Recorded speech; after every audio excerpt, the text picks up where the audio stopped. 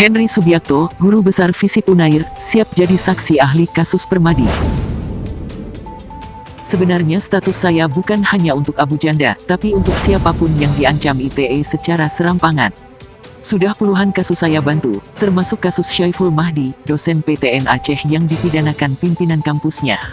Saya hadir di banyak PN untuk bantu meluruskan ITE. Lebih lanjut, ia mengatakan bahwa kalau memang pelakunya melakukan pelanggaran hukum dengan semua unsur terpenuhi, kita juga tidak bisa bicara lain. Hukum itu hitam putih. Tapi kalau ada yang memaksakan ingin menghukum padahal tidak tepat, ya kita bantu di PN. Kalau diminta tentunya. Henry menjelaskan bahwa yang disebut menyebarkan informasi untuk menimbulkan rasa kebencian atau permusuhan SARA itu harus eksplisit. Ada muatan yang mengajak membenci atau memusuhi. Isinya nyata, bukan berdasar perasaan orang yang melihat. Hukum tidak berdasar perasaan, tapi harus berwujud unsur yang nyata di dalam pesan.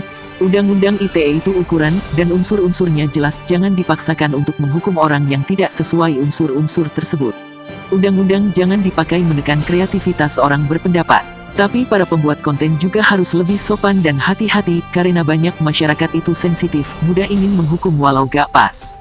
Pegiat media sosial, Denny Siregar berharap kasus Abu Janda tidak seperti kasus Ahok di mana unsur tekanan opini publik lebih kuat ketimbang unsur hukumnya.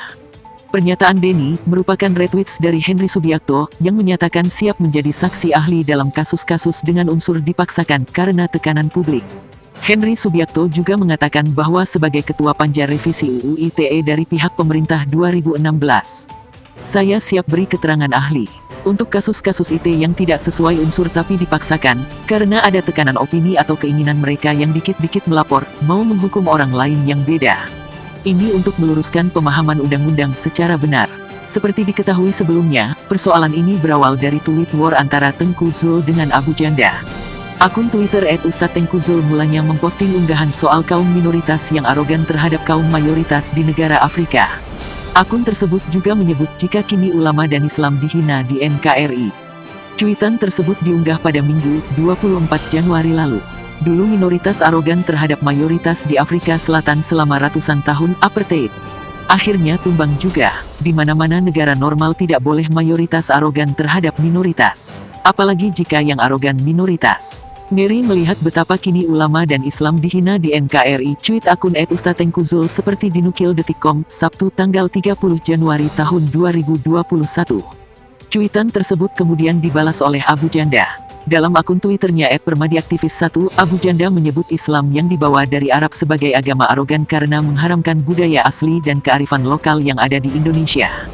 Yang arogan di Indonesia itu adalah Islam sebagai agama pendatang dari Arab kepada budaya asli kearifan lokal.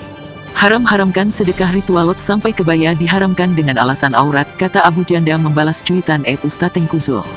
Ritual tradisi asli dibubarin alasan syirik, pakai kebaya dibilang murtad, wayang kulit diharamin, dan masih banyak lagi upaya penggerusan pemusnahan budaya lokal dengan alasan syariat. Kurang bukti apalagi Islam memang arogan terhadap kearifan lokal, lanjutnya membalas cuitan @UstadTengkuZul.